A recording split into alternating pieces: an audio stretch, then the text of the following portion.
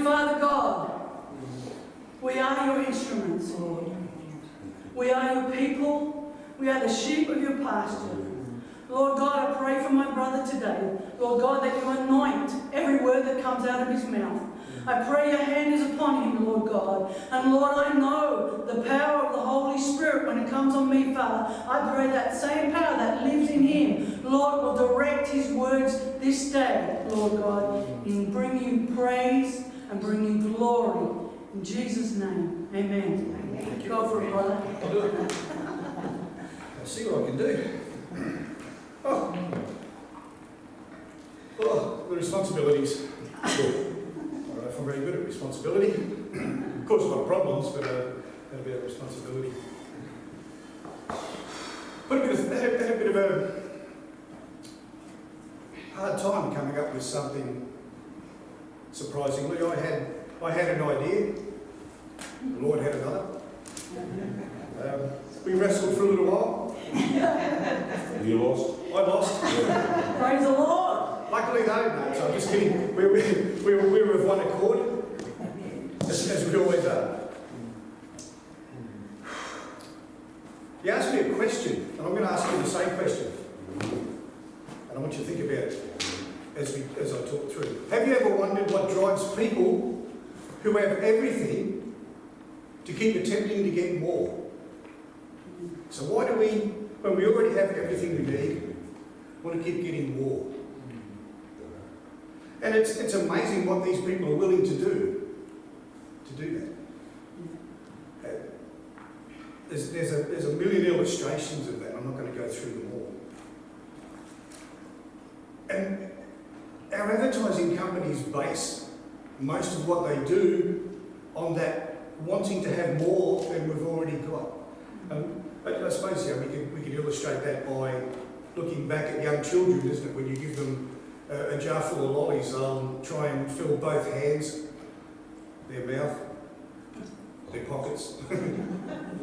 Yeah, and that's because they don't know any better. They just see this opportunity and they go for it.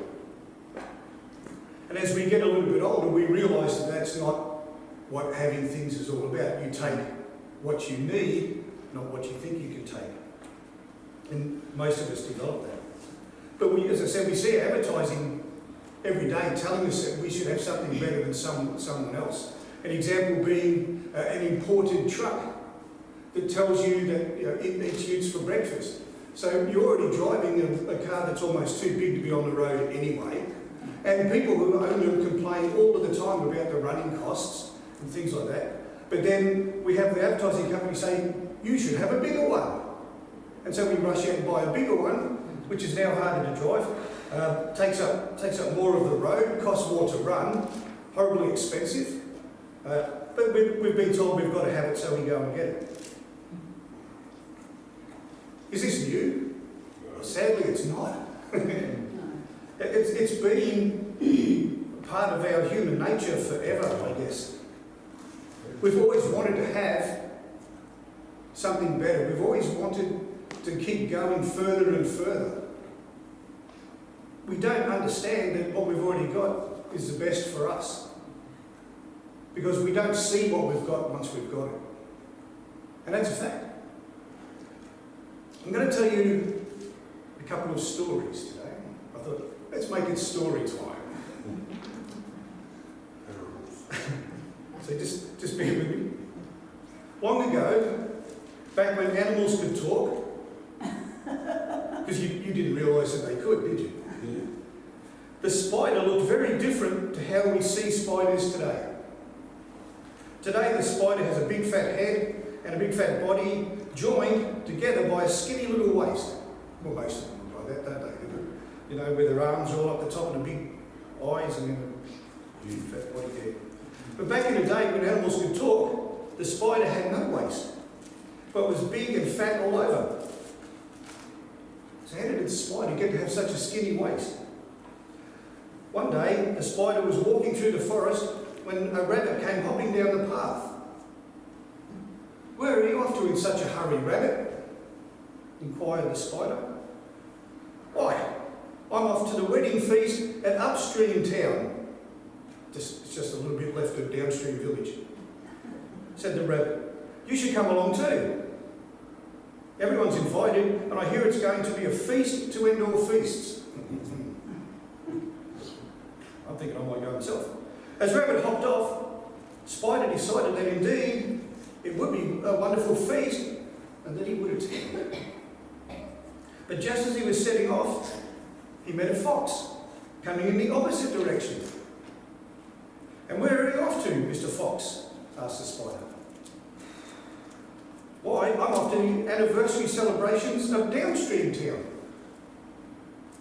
replied the fox. "You should come along too. Everyone's invited, and I hear it's going to be the feast to end all feasts." And the fox ran off. Now the spider was delirious with joy. 2 feasts! How wonderful. "I'll rush off to the upstream town feast and eat my fill." Remembering the spider's a big chubby lady. "And then I'll race to the downstream town feast and eat all the delicacies on offer there." Get hungry just reading this one. And off Spider went. But he had not gone far when a terrible thought struck him. What if downstream town served their feast before upstream town? Then I'll miss out on the delicacies on offer downstream, but if I go there first and upstream town starts earlier, I'll miss out on the upstream feast. Oh dear.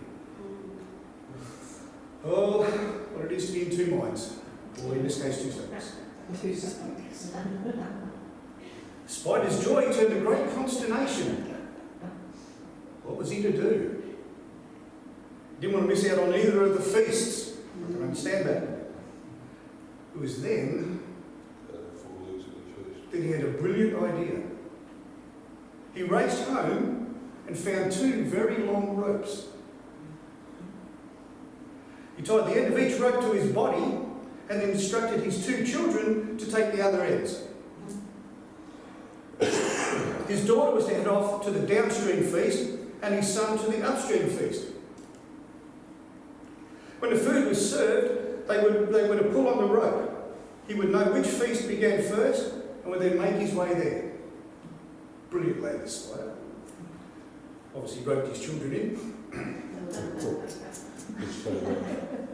Unfortunately for the spider, the 2 feasts began at exactly the same time. Dearie me. Each of his children began pulling on their rope at exactly the same time, harder and harder when they got no response. Till finally, they realised something was wrong and rushed back to find their father lying on the ground, almost split in 2, gasping for breath. They untied the ropes, but from that day on, Spider had a skinny little waist, separating his big fat head from his big fat body. Seemed like a good idea at the time. We can't have both, can we? Something to think about. It's not always just food that we're after, is it? There was poor Spider who was living his life around how much he could get hold of, and he didn't want to miss either of those feasts. Because if he missed one, there might be just one morsel of food he didn't get. Not that he needed it. So he didn't need any of that. He wanted it though, by golly. And I don't know about you, but I often find that just one meal's enough. You can't fit that second one in. Try the third and you just haven't got hope. But even though we've eaten, if we smell something's delicious or somebody comes along with something that's nice, the mind goes, well, I'd like to have a go at that. Yeah? And it is like that. We want that other object because we know how good it tastes and the brain says that's really good. We don't stop and go, I probably can't fit that in. We're going to try. And that was the spider's dilemma. I can't miss one. I have to get both. So here's how I'm going to get both. But did it work? No. Not at all. What did he end up with? Nothing. Absolutely nothing. Except the realisation realization that he had two really strong children, I guess. Because you've got to read into these stories sometimes. I have another story for you. It was perhaps the greatest hoax in art history.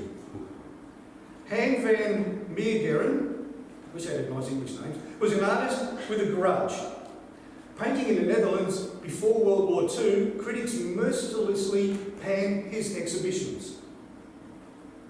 This guy thought he was a great painter, but the critics decided otherwise. One critic described him as a gifted technician who has made a sort of composite facsimile of the Renaissance school. He has every virtue except originality. Oh, scathing words. Stung, just a little bit, Van Meegeren decided to strike back. Not the Empire Strikes Back, it was Van Meegeren Strikes Back. He painted a work with flourishes of the style of the great Dutch artist Johann Vermeer, entitled it The Supper at Emmaus, and submitted it to the prominent critic Abraham Bredius.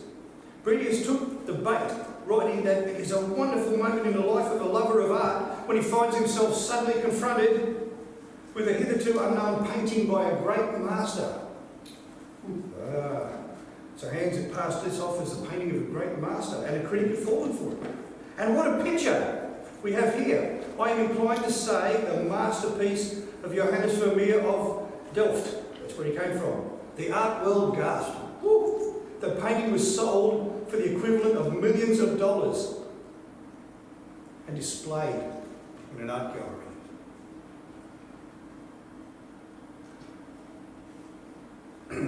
Hans planned to expose the forgery at the opening of the gallery's 400 Years of European Art exhibition, in which the forgery was given pride of place. His critics would be humiliated and their reputations shattered.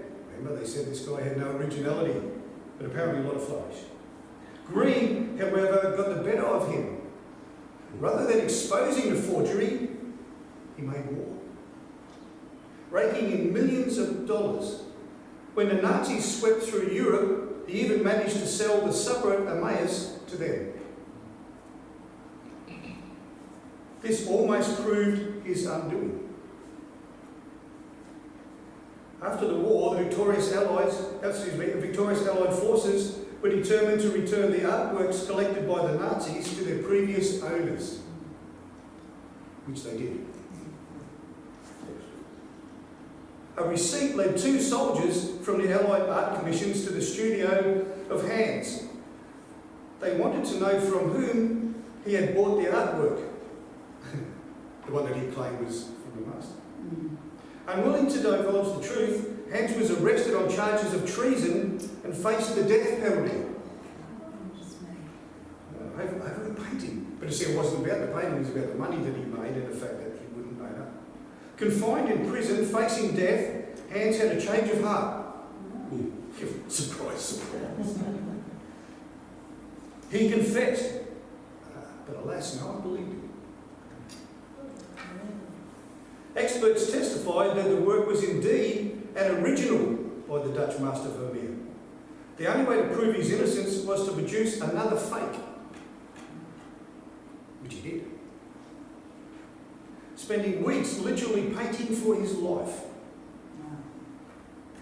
The final twist of the story is that Hans was not only acquitted but became a national hero, surprisingly enough, for he fooled the Nazis, which showed them to be a corrupt regime. Vengeance turned into greed, then it turned to death. He wanted recognition. He wanted more than he had. He didn't want to end up in a prison. I couldn't imagine that would be a place any of us would want to end up.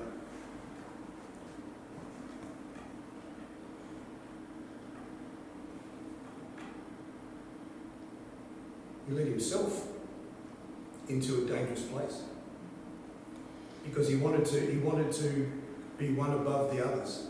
He wanted to be better than the other painters around him. he wanted to be is recognise those in the painting school that he was part thereof. And he couldn't take the criticism from one critic, just one critic. It doesn't say that the others criticised just as badly. Some others may have been nice. But just because of one critic, he felt that he didn't have what everyone else had. And so he tried to lie his way through. And the consequences, well, could have been far worse than they were.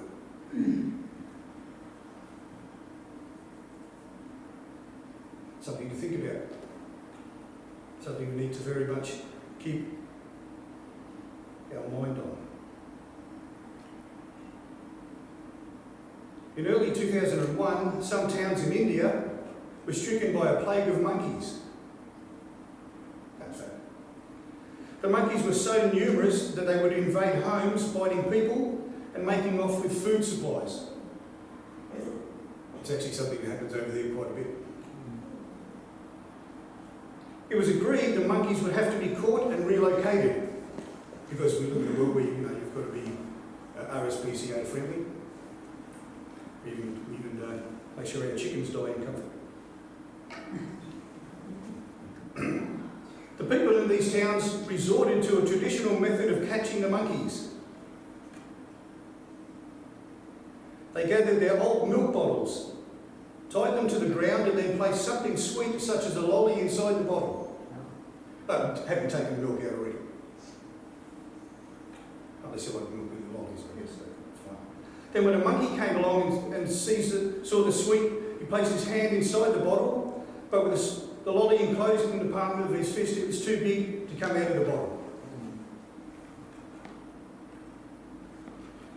Doesn't work with sheep. They don't eat lollies apparently. Also don't have hands. No, well actually the Allies had hands.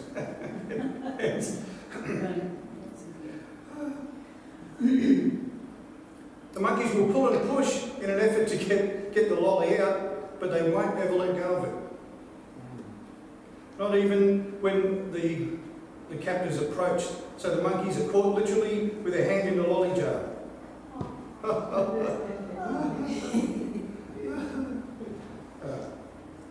Enough of those bad jokes.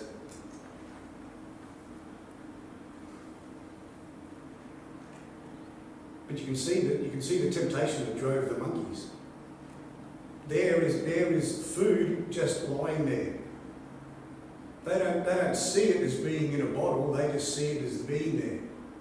Their brain isn't like ours where we go, oh, that's a milk bottle. What a shame, it's just a lolly in it, could have been milk. And we would pick the bottle up, wouldn't we? Yeah. Yeah, but the monkey just sees it being on the ground. Like all animals that forage, just reaches in to take it out. Not realising that its hand won't come out. And because it's now got the prize, it's not going to let go. Not going to let go at all. And that's something we do in life. We get something and we don't want to let it go. We don't want to share it. We don't want someone else to have it, even if we can't use it.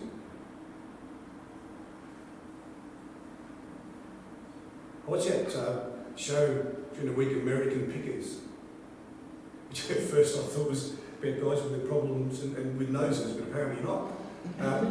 They go around and they visit these people who just hoard stuff. They literally hoard things. And they go inside these buildings and they can hardly move. There's little narrow corridors as they work their way through this pile of stuff.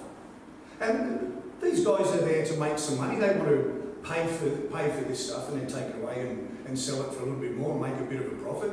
So I thought they would actually want to make lots of money out of it. Surprisingly, they don't.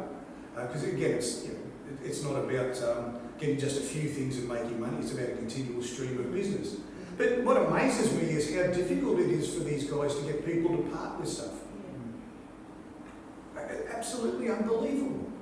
So they go through this stuff and they'll climb over piles of stuff. They even fell off the other day, it sort of collapsed.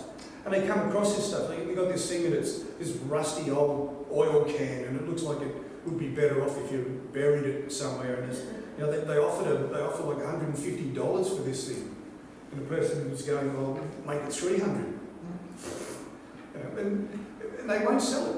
And then you know, the upshot of the show is that by the end of it, they're lucky if they bought half a dozen items. Yet when you look back into the place that you've just come from, it's still stacked to the rafters with things. These people won't let it go. Last week there was even a person who didn't even own the stuff. It was an estate of his family, and the family member had died, and they were trying to clean this place out, trying to clean it out, and they wouldn't part with anything. So they actually spent about 30 minutes in this place, show-wise, and left with nothing. They wouldn't let it go. It didn't even belong to them. And it's that greed that's in people. I've got it, you can't have it. I've got it, I'm not going to let it go. And some of these people don't even realise they've got this stuff. When they pull things out of the pile, they go, have a look at this, and you can see on their face, they go, I didn't even know that. But you're not getting it now. now I've got it, I'm hanging on. And in fact, it's an obsession. It really is. And it's a very human thing. In fact, it's not just in America either, you see it here. You know, sadly, there was a house fire last week that killed a person, and it's believed that the reason the person couldn't get out of the house is the house was so full of things they couldn't move. And so they were literally locked in their own house by rubbish and stuff, because as official term is a hoarder. And it's not an isolated case. And it's not a surprise, is it, when the world keeps telling you that you don't have enough, or because you've only got a blue one and everyone else has got a black one, you're no good. Or because yours is smaller than everyone else's, it's not as valuable. And that is hounded at us all the time. It never ceases, even in your workplace. You're surrounded by chatter of your workmates. Oh, you know, I just bought this new 20-bedroom home. It's really nice. Me and my cats are really happy. Mind you, I've got to pay for it. And then a couple of weeks later, someone else at your workplace says, yeah, I just got the new 25-bedroom home. Yeah, because I've now got one bigger than you. And it reminds me of many years ago when I was living in Canberra, and a guy across the road had a boat. The only time the boat got wet was when it rained. And then someone down the road bought a bigger one. A few weeks later, he had an even bigger one. And the only time it got wet was when it rained, but he had a bigger boat. And you just see it all of the time. In the Bible, it talks about greed as being covetousness, I want. And it's a very fine line.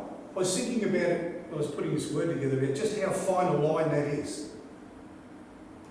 There's nothing wrong with saying, gee, I need a new car, right? Because a car is something that we need to get around. It's a tool of the world we live in. And there's nothing wrong with saying I need a new car and say, well, I would like to have one that allows me to do this. That's fine. Particularly if what you're looking at meets your requirements. But then if you say, hey, I want this one because it's bigger than Fred's, and it's got more doohickeys hanging off it, then you're starting to get close to that line, aren't you? You know, now you want this because it's going to make you better than someone else. And it doesn't though, does it? I often laugh at people who drive around in these really expensive Lexuses and think, man, that's probably the most expensive Mazda I've ever seen on the road. Or they drive around in a BMW and I think, you know, if somebody backs into that tomorrow, that car's worth no more than mine now. And does it drive any better? Surprisingly, some of those expensive cars don't drive very well. Lamborghinis, beautiful cars, we all know about them, finely engineered, surprisingly handmade. Lamborghinis went to, like everyone else, putting them on a production line. They've actually gone back to making them by hand, just a little side, because robots actually aren't as good as making cars as they would make you think. That's why Lamborghini went back to making them by hand, so that doors fit properly and things like that. That's strange but true. But they're really hard to drive. They're horrible things to drive. And it takes a long time to get used to them. I remember seeing a movie where The actor was driving a Lamborghini and sort of seemed to be having a lot of trouble with it, and just thinking that's Hollywood exaggeration. It was having a lot of trouble driving it, and they just left it in the movie. But wanting those things steps close to that covetousness. Nothing wrong with having a house to live in. It sure beats living in a tent. But wanting to have 27 bedrooms so that you can say, hey, look, my house is grander than yours, is moving over to covetousness. Having a house that meets your needs is exactly what the Lord wants for you. That's why He puts it in front of you. He puts things in front of you that you want. We need to think about that. There was an old preacher dying. He sent a message for his banker and his lawyer, both church members, to come to his home, which was just what he needed. He didn't have 27 bedrooms. When they arrived, they were ushered up to his bedroom. As they entered the room, the preacher held out his hands and motioned for them to sit on either side of his bed.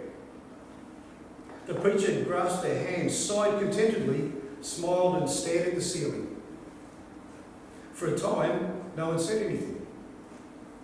Both the banker and the lawyer were touched and flattered that the old preacher would ask them to be with him during his final moments. They were also puzzled. The preacher had never given them any indication that he actually liked either of them. They both remembered his many long and uncomfortable sermons about greed and covetousness that made them squirm in their seats. Finally, the banker said, "Preacher, why did you ask the two of us to come?" Maybe they were friends. The old preacher said weakly, "Jesus died between two thieves, and that's how I want to go."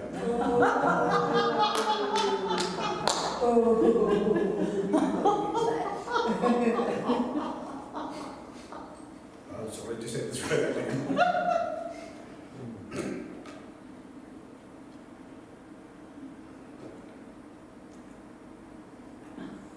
The Bible has a lot to say about greed and being covetousness and wanting things. It warns us many, many times about it. Probably more than you thought. Certainly more than I thought. You know. In Deuteronomy 5:21 it says, "You shall not covet your neighbour's watch, covet your neighbour's wife. You shall not set your desire on your neighbour's house or land, his manservant, his maidservant, his ox or donkey, or anything that belongs to your neighbour." Yeah, that's exactly what we do, isn't it? And we walk down the street and we go, "Look at that house." You know, and we watch it being built going, "I wonder how we go, oh, that's nice, wouldn't mind trying some of that in mine." And then you go home and think about how many rooms you actually live in.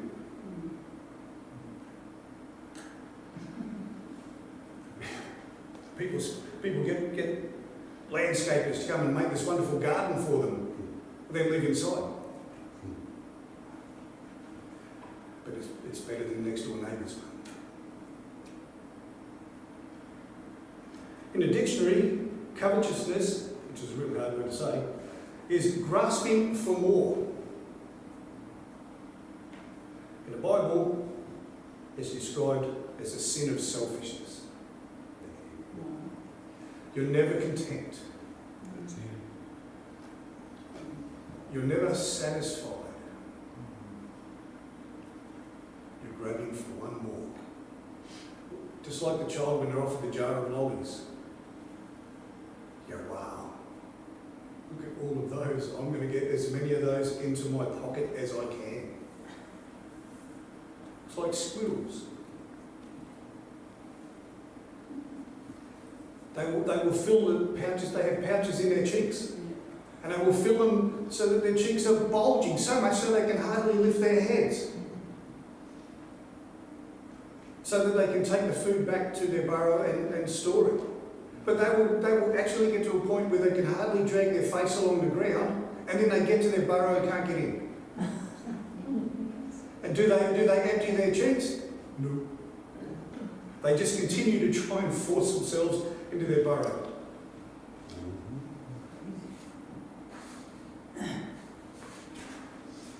In this world,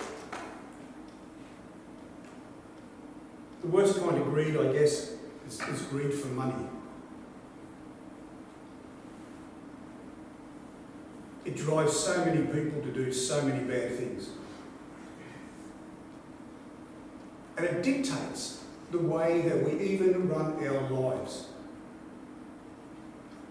When a country's economy starts to slow down a little bit, and remember, if you did anything about economics at school, you'll know that our financial system is based on a cyclic motion where it goes up and down. It has highs and lows and mediums. And when we get to the low point, we panic. Oh, I don't have enough money anymore. And so businesses start doing silly things like reducing their workforce, getting rid of the very people who bring money into their organisation. And managers say, that's great. We've been able to reduce our wages bill. But then they go, look, our income's dropped as well. So we better lay off a few more people. Very rarely, though, do they say, gee, if I just took a small pay cut, we'd be able to keep things going. After all, the CEO needs his $25 million a year to live on. In fact, if I did the maths, if you took an organisation that employed 100 people and you had a CEO who took home $10 million and they halved that and just took 5, still plenty to live on, by the way. I tried it. In my dreams. They would not only be able to employ those same 100 people for another 2 years, they could actually employ more without paying a cent extra. So that it would cost them no extra. But that's not the way that the world works. Even in the universities where they teach business stuff, they teach them that's the way to do it. They teach them that the core of your business is in your management stream. They're the ones who have the knowledge of your business. So pay them and keep them. The workforce we can lay off, and when things get better we can rehire. And that's the lifestyle that most of the Western world has actually got. And it's not based on any sound principle, it's based on greed. It's based on, I can't afford to lose a cent. I can't afford to lose 50 cents. I'd rather sack that person. But we don't use that term, of course. We use wonderful terms like let them go, allow them to get a job in a better place, retrench them.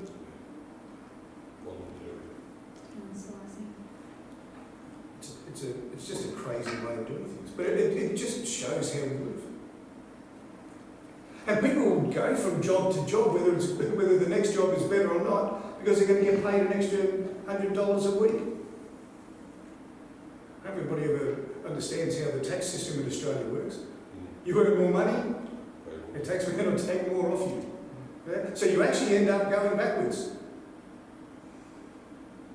Sometimes you need to sit down and do the maths, but it's a mindset. In 1 Timothy 6:9 it says, people who want to get rich fall into temptation and a trap, and into many foolish and harmful desires that plunge men into ruin and destruction. Once you start on the path of wanting more, it doesn't stop.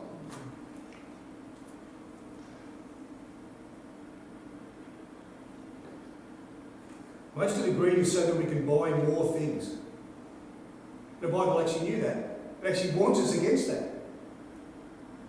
It says, it tells us that we can't take our money to heaven. So what's the point?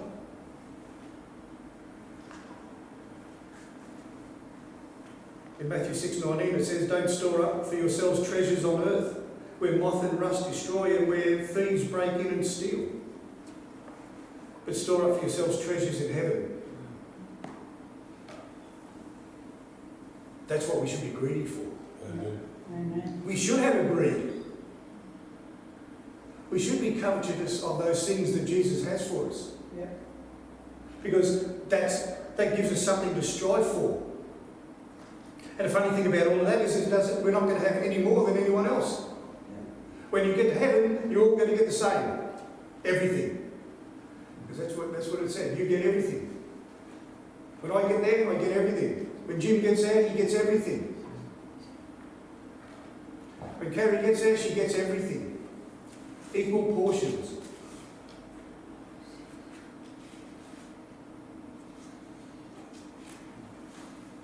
So how do we break out of this sort of cycle?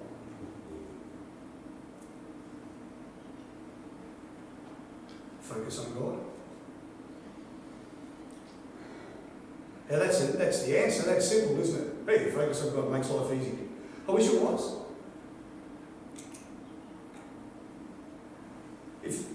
If I could keep my focus on God every day, then my life would be very easy.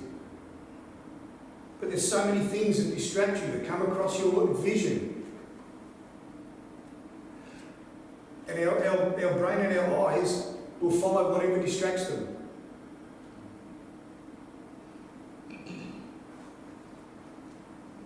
It's how we're made up. It's actually a defence mechanism. Whether you like it or not, if there's movement off to the side, your eyes will follow it. We get distracted.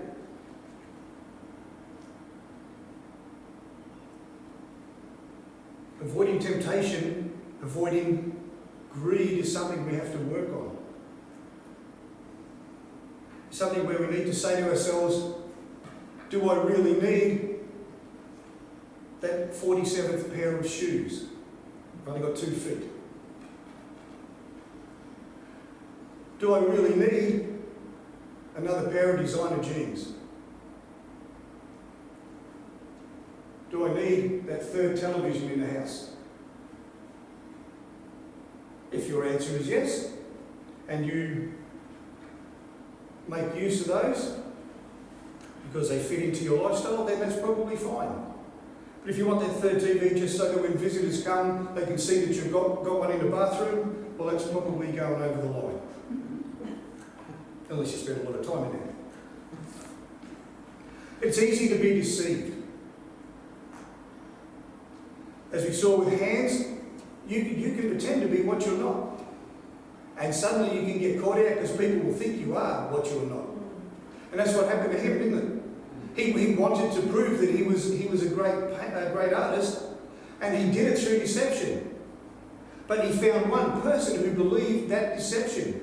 And suddenly it was all out of his hands. And he had no control over what was going on.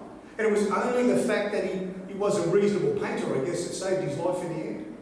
And the fact that he was lucky enough that people were happy that he deceived the Germans. Had that not happened, it would have been a different story.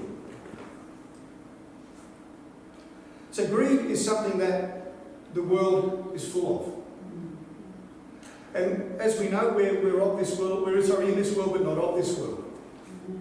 And so we need to guard ourselves against greed. We need to guard ourselves against covetousness. We need to be wise and aware. And just be happy. Be satisfied with what we've got. And remember that the reality is, unlike the deceived of the world, we have everything. Every day.